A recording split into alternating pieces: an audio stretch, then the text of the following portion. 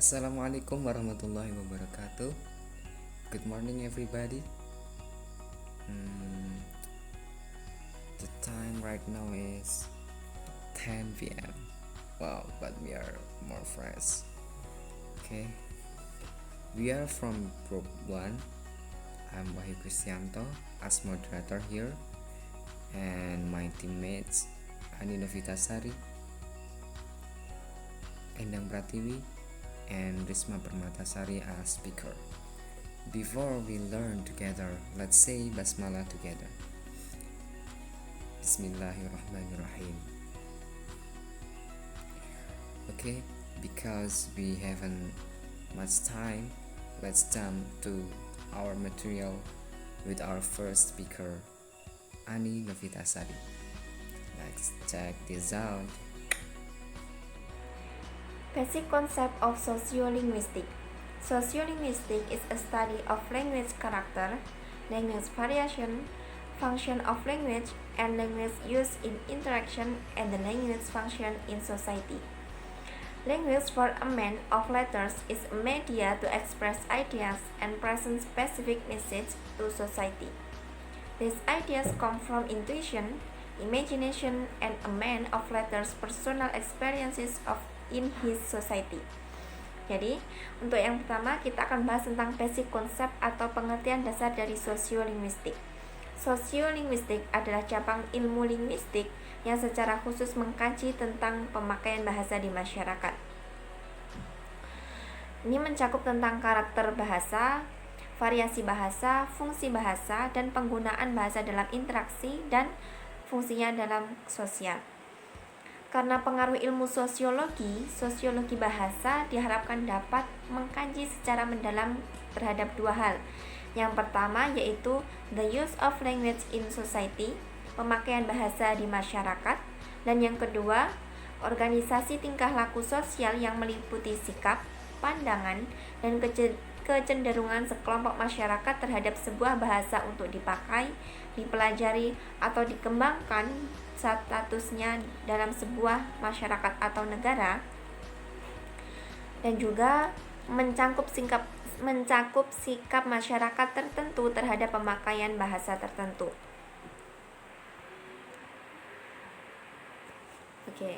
Sociolinguistic study materials. A study by Pateda, what is at issue in sociolinguistics includes who speak to speak or writer, what language or what language variety, to whom, what, to what end. Sociolinguistic study materials that need to be understood.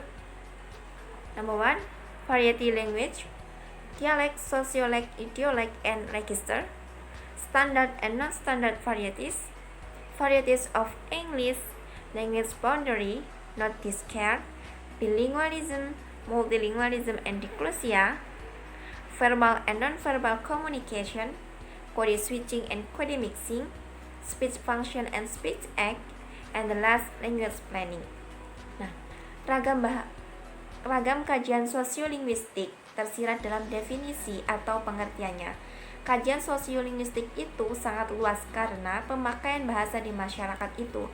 Namun, bahan kajian sosiolinguistik yang perlu dan sangat penting untuk dipahami adalah yang pertama ragam bahasa, yang kedua istilah dialek, sosiolek, idiolek, dan register, yang ketiga ragam baku dan ragam non-baku, yang keempat ragam bahasa Inggris, yang kelima language boundary, batas bahasa, tidak bersifat discrete, yang keenam masalah kedewibahasaan, kemultibahasaan, dan diglossia, yang ketujuh komunikasi verbal dan komunikasi nonverbal, yang kedelapan peristiwa alih kode dan campur kode, yang kesembilan adegan tutur, dan yang terakhir adalah perencanaan bahasa atau planning language.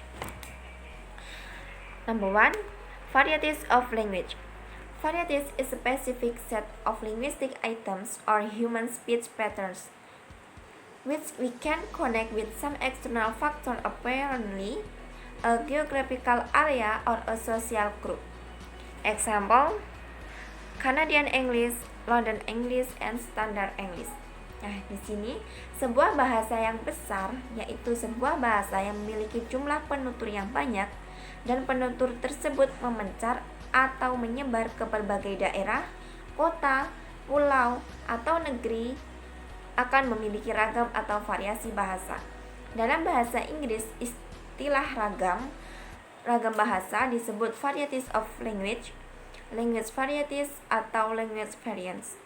Sebagai ilustrasi, Indonesia terdapat bahasa Jawa yang dipakai oleh jutaan penutur asli, dan penutur itu memencar ke berbagai daerah termasuk ke Suriname, yaitu Guyana Belanda di Amerika Latin. Number 2, dialect. Dialect is variety of a particular language which is used by a particular group of speakers that is signaled by systematic markers such as syntactical, phonological, grammatical markers. Dialect which are normally found in the speech community may be in the forms of regional dialect and social dialect. An example is the difference between the Yorkshire dialect and Cockney dialect. There is also a difference between the urban and rural areas. The vocabulary changes in a dialect. For example, in Northern Ireland, the word "we" is in use instead of the word "little" that is used in standard English. Nah, dialek dapat didefinisikan sebagai variasi bahasa yang timbul akibat faktor geografi seperti sungai, gunung, bukit, danau, lembah, atau yang lain. Perlu diketahui bahwa istilah variasi dianggap paling pas dan netral untuk diterapkan pada awal kajian sosiolinguistik. Istilah dialek diterapkan karena dua hal. Yang pertama, dialek diterapkan karena variasi bahasa satu terpisah dari variasi bahasa lain karena ada faktor geografis seperti gunung, bukit, lembah, danau, atau sungai. Dan yang kedua, istilah dialek diterapkan karena secara sosiologis masyarakat telah menerima bahwa sebuah variasi bahasa yang dipakai kelompok masyarakat tertentu dianggap dialek, dan hal ini membawa konsekuensi tertentu seperti telah disinggung dalam ruang lingkup Sociology of Language yang berjudul Social Organization of Behavior. Salah satu konsekuensi pemakaian istilah dialek adalah bahwa variasi bahasa tersebut dianggap lebih rendah, tidak standar, dan merupakan subkultur apabila dibandingkan dengan ragam yang lebih standar. Sociolek. Sociolek, also known as a social dialect, a variety of language used by a socio-economic class, a profession, and age group, or any other social group. Sociolek means that different groups of people have distinct styles of language use. They are created to mark an identity and includes a sense of belonging. Example of a social group that might be said to have their own distinctive styles of language use includes those based on socio-economic status, age, occupation, and gender. Nah, sosiolek adalah variasi bahasa yang timbul akibat perbedaan tingkat sosial, social stratification, atau karena status sosial dalam sebuah masyarakat. Sosiolek dapat mudah dijumpai di India karena masyarakat India masih banyak yang menganut sistem kasta akibat pengaruh agama Hindu, sehingga dikenal ada kasta Brahmana, Ksatria, Vaishya, dan Sudra, serta Parya. Di Indonesia, khususnya di Jawa, stratifikasi sosial itu dicerminkan dalam sistem unda-usuk tingkat-tingkatan atau speech level yang secara garis besar dapat dibagi 3, yaitu ngoko, krama, dan krama inggil dan bagungan. Orang biasa bahasanya dianggap masih rendah karena mempergunakan bahasa ngoko kepada mereka. Sebaliknya, mereka dituntut untuk menggunakan krama inggil. Situasi sosiolinguistik di Jawa ini menjadi lahan penelitian yang menarik bagi para peneliti, termasuk Clifford Geertz di Amerika. Number 2, idiolect. Idiolect is how individuals use language differently. This obviously depends on the region where you are from, the socio-economic background, gender, age, occupation, and education given. Although sociolects speak the same language, the manner is different. Everyone has his own voice, phrases, and personality which affect the language spoken. For example, if you are multilingual and can speak in different registers and styles, your idiolect comprises several languages, each with multiple register and style. Idiolect adalah variasi bahasa yang diakibatkan oleh karakteristik atau perbedaan individu. Secara teoritis, idiolect ini tidak termasuk ragam bahasa karena sifat individual dan tentu saja bertentangan dengan prinsip bahasa yang dikemukakan Ferdinand de Saussure dengan La Language-nya. Dalam praktiknya, idiolect ini juga menjadi salah satu bahan kajian dalam sosiolinguistik karena masyarakat ingin dan tertarik untuk mengamati serta mempelajari gaya bicara seseorang yang dianggap khas seperti gaya bahasanya Pak Harto, Pak Mudiono, John F. Kennedy, atau gaya bahasa para tokoh dalam wayang yang secara jelas berbeda antara satu sama yang lainnya. And the last, register. Register is the variation of language according to the use. It means that where the language is used as a means of communication for certain purpose. It depends entirely on the domain of language use. It is also a function of all the other components of speech situation. A formal settings may condition a formal register characterized by particular lexical items. The informal setting may be reflected in casual register that indicated less formal vocabulary. More non-standard features create instance of stigmatized variable and so on. For example, the language that is used by the teacher and the doctor are different. Each of them has its characteristic. In sociolinguistics, it is called register. Register adalah variasi bahasa yang berbentuk karena adanya perbedaan dalam pekerjaan atau perbedaan wacana. Oleh karena itu, kita sering mendengar adanya berbagai ragam bahasa Inggris seperti bahasa Inggris untuk jurnalis, bahasa Inggris untuk pariwisata, bahasa Inggris untuk ekonomi, bahasa Inggris untuk kedokteran, dan yang lainnya.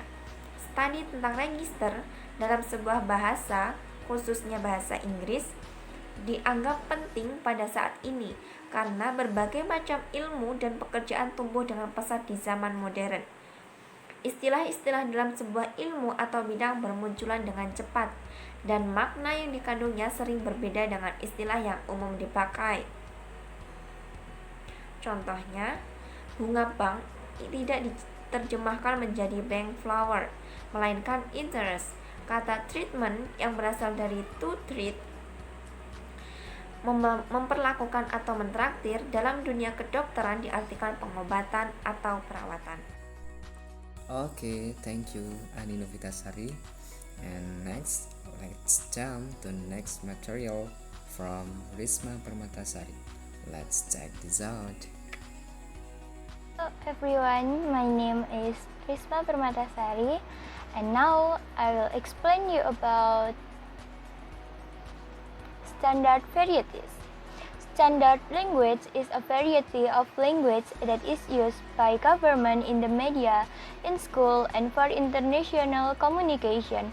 There are different standard varieties of English in the world, such as North American English, Australian English, and Indian English.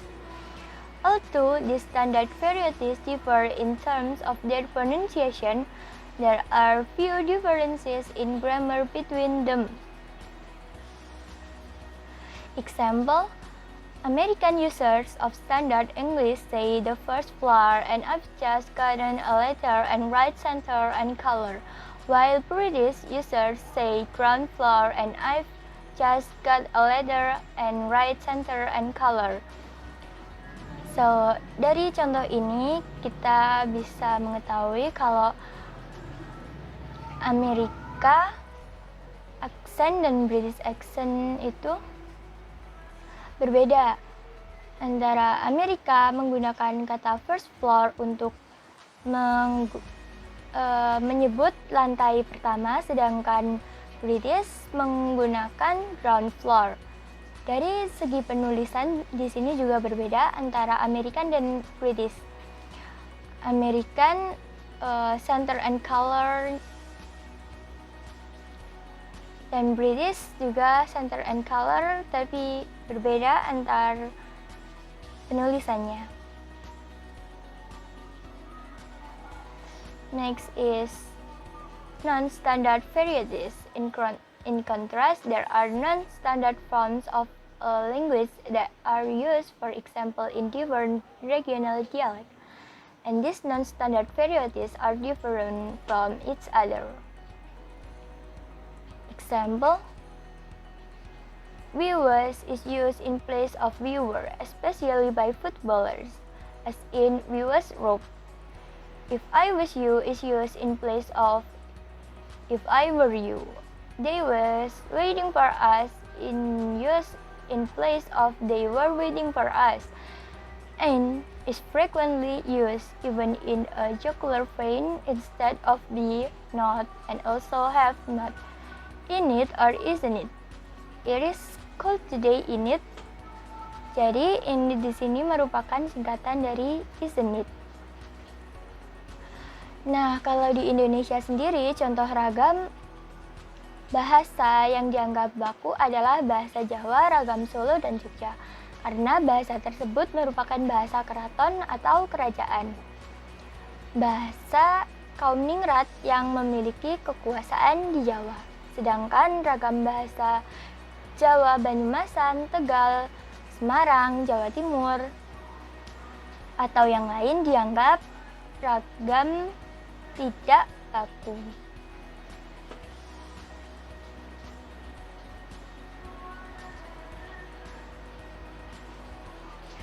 So, what is the difference between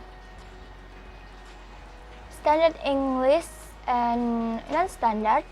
Standard English is the English we use in grammar books and has nothing to do with accent or how we say something. Standard English is the grammar used by Americans, Canadians, Australians, British, Indians, Caribbeans, etc. Non-standard English is what most of us use and is all about the place we grew up in. The next is varieties of English. English is the most widely spoken language in the world, having the distinct status of being the official language of multiple countries. While the English language is uniform with major variation in spelling present between American English and British English, the dialect or accent is usually the factor that enables one to distinguish the various types of English out there. Like most languages, there are varieties of English too. However, the difference is not as prominent as you may see in other languages. The varieties of English, the example are British English, American English, Australian English, Canadian English, Indian English, Philippine English, and Ugandan. Language boundary. A language border or a language boundary is the line separating two language areas. The term is generally meant to imply a lack of mutual intelligibility between the two languages. If Jackson language or dialect are mutually intelligible, no firm border will develop because the two languages can continually exchange linguistic information.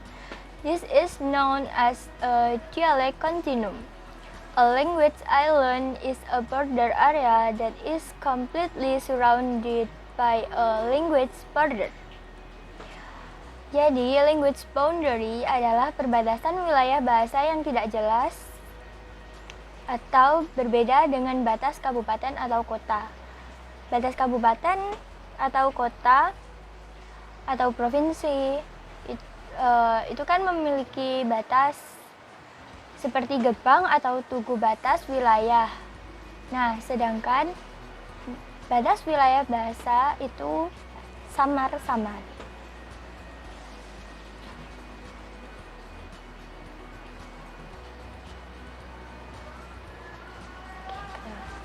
Next is bilingualism.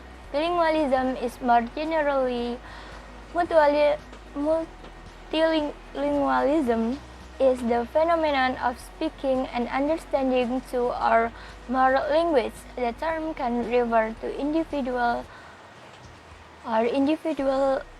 bilingualism as well as to entire society or social bilingualism. There are three general types of bilingualism. First is compound bilingual.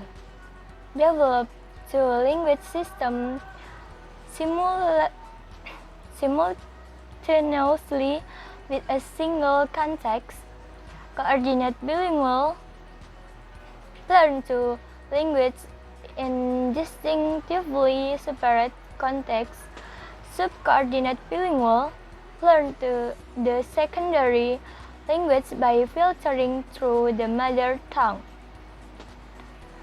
Multilingualism. Multilingualism is the ability of an individual speaker or a community of speakers to communicate effectively in three or more languages. Diglossia. Diglossia is a term of use to classify communication situations in societies that make complementary use in daily exchange of two distinct codes which are either two language varieties or two languages. For example, suppose that in Indonesia there is a difference between written and spoken language. So, what is the difference between bilingualism and multilingualism is bilingual itu menguasai hanya dua bahasa. Seperti ada seseorang yang menguasai bahasa Inggris dan bahasa Jerman. Kemudian multilingual itu menguasai lebih dari dua bahasa. Seperti seseorang yang bisa menguasai bahasa Inggris, bahasa Prancis, dan bahasa Indonesia. Nah, sedangkan diglossia adalah pemakaian secara permanen beberapa bahasa dalam suatu masyarakat. Seperti di masyarakat Jawa itu menggunakan bahasa Indonesia, bahasa Jawa itu sendiri dalam memakainya secara permanen dalam kegiatan sehari-hari. Hey, thank you, Risma. Are you still over there, friends? Okay. Let's jump to next material from Endang. Let's check this out. Verbal communication. Verbal communication is communication in oral or written form. Jadi komunikasi verbal ini merupakan komunikasi dalam bentuk lisan maupun tulisan. There are several functions of verbal communication. The first, naming. This naming can be set to make it easier to identify an object, action, or person. Jadi penamaan ini digunakan untuk memudahkan mengidentifikasi sebuah objek, benda, dan tindakan seseorang. Line of interaction and information transmission, yaitu jalur interaksi dan transmisi informasi sebagai alat untuk bertukar ide, karena komunikasi verbal ini merupakan komunikasi yang lebih mudah digunakan. Kemudian accentuating articulation and intonation, itu menonjolkan artikulasi dan intonasi. Effective socialization tool, alat sosialisasi yang efektif. Jadi komunikasi ini sangat bermanfaat untuk bersosialisasi. And the last, as a language developer tools, sebagai sarana pengembang bahasa. The example, chat using a smartphone, speech, meetings and discussion, and interact in writing via social media.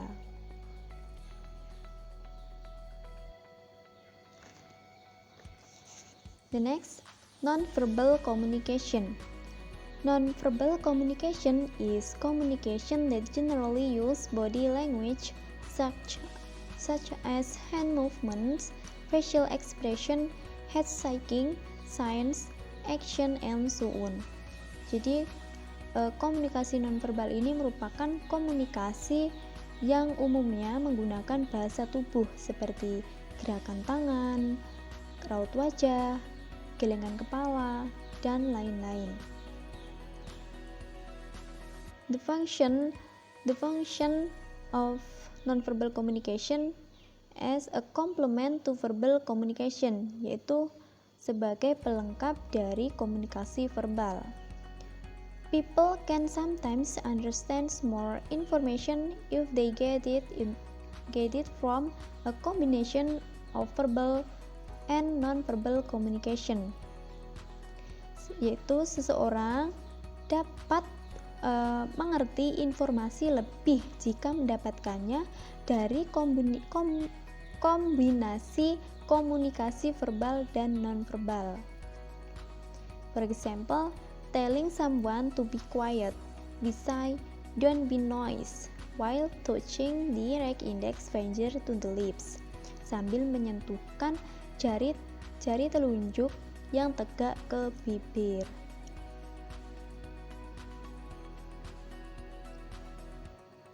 For example, others toast or high five with friends as a sign of success. Hugging someone is a sign of affection. Using boo as a joke as a sign of disapproval.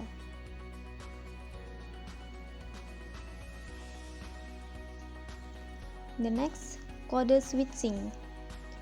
Code switching is a term in linguistics referring to using more than one language or variety in conversation. Jadi code switching itu kode peralihan atau peralihan kode dalam istilah linguistik yang mengacu pada penggunaan lebih dari satu bahasa atau variasi dalam percakapan. Sometimes the bilingual speakers getting problem when they having a conversation with another bilingual. Terkadang penutur dwibahasa mendapatkan masalah ketika mereka melakukan percakapan dengan bilingual lain.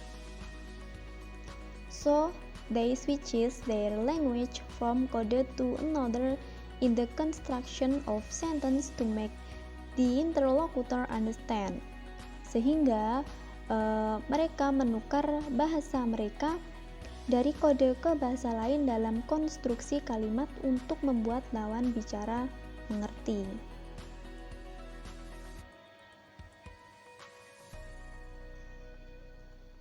The example, good morning class.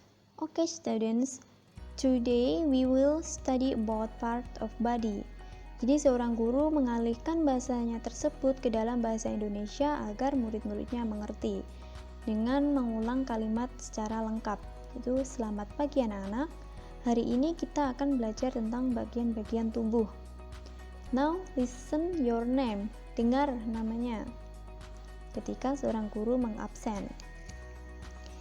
Present sir. Hadir Pak. Student answer. Good, bagus. Ketika seorang murid menjawab pertanyaan dengan bagus.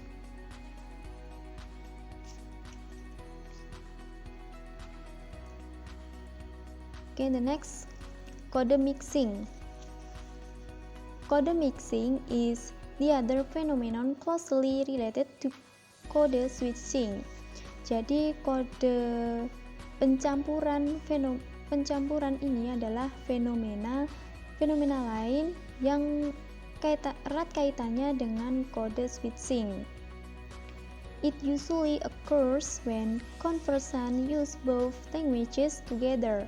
Switch between two languages to the extent that they change from one tongue to the other in the course of a single utterance. Hal ini biasanya terjadi ketika fasih menggunakan kedua bahasa secara bersamaan, beralih di antara dua bahasa sejauh mereka berubah dari satu bahasa ke bahasa lainnya dalam satu ucapan. Code mixing takes place without a change of topic and can involve various levels of language such as phonology, morphology, grammatical structures, or lexical items. Campuran kode terjadi tanpa perubahan topik. Jadi untuk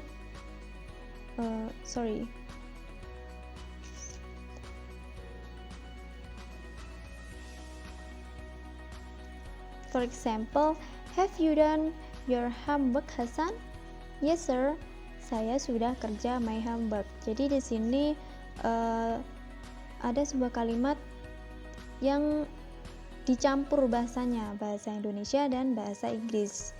Yes, sir. Saya sudah kerja my homework. Jadi untuk membedakannya antara kode switching dan kode mixing, yaitu kalau kode switching mengalihkan bahasa yang digunakan, sedangkan kode mixing itu mencampurkan kedua bahasa dalam satu kalimat. Seperti pada contoh di sini, yes sir, saya sudah kerja my homework.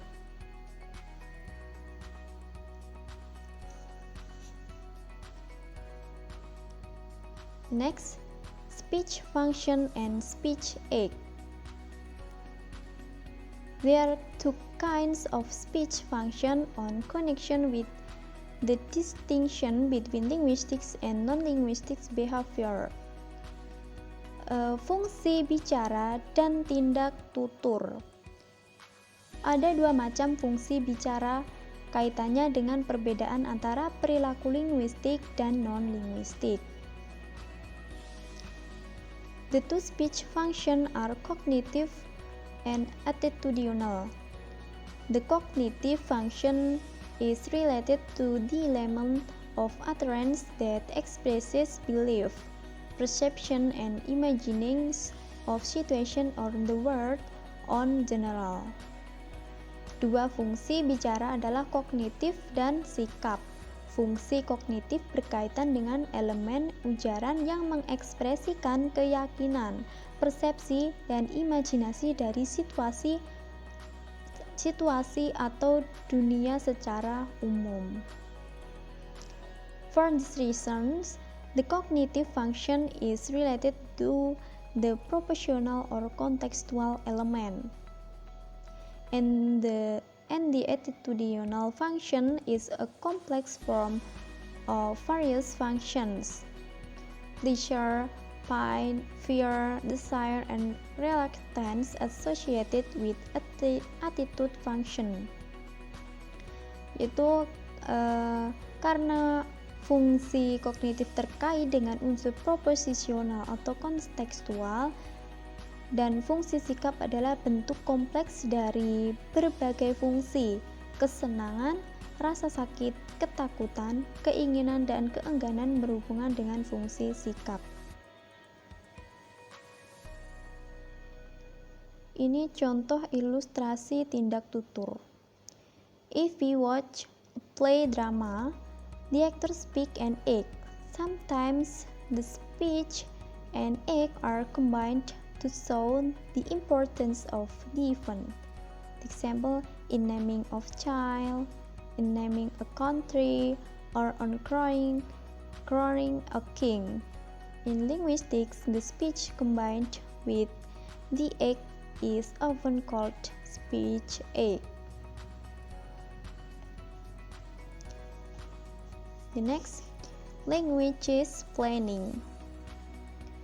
Language planning, an interesting topic in applied linguistics and sociolinguistics, can be translated into perencanaan bahasa or politik bahasa. Language planning discusses the activities of planning language in a country, a region, a district, or school. In the first level, the policy makers are the government and the government officials. Because the policy makers are the government and government official, the process is political in nature.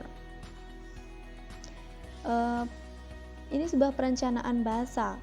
Topik yang menarik dalam ilmu linguistik dan sosiolinguistik terapan dapat diterjemahkan ke dalam perencanaan bahasa atau politik bahasa. Di sini ada 3 pertanyaan: whether, what languages, and when to teach. Jadi sebelum melakukan sebuah kegiatan perencanaan bahasa oleh pemerintah, perlu disiapkan beberapa pertanyaan. Yang pertama, whether, perlukah kita mempunyai bahasa nasional? Yang kedua, what languages, bahasa apa yang dipergunakan? Kemudian, when to teach, kapan sebuah bahasa mulai diajarkan.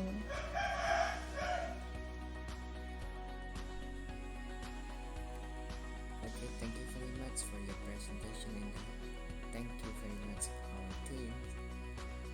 Okay friends, that's all about our presentation. And if you have any question, let's discuss on Google Classroom chats.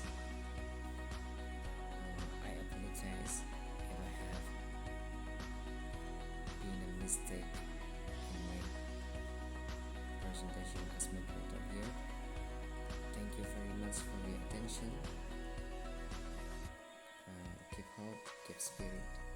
Assalamualaikum warahmatullahi wabarakatuh.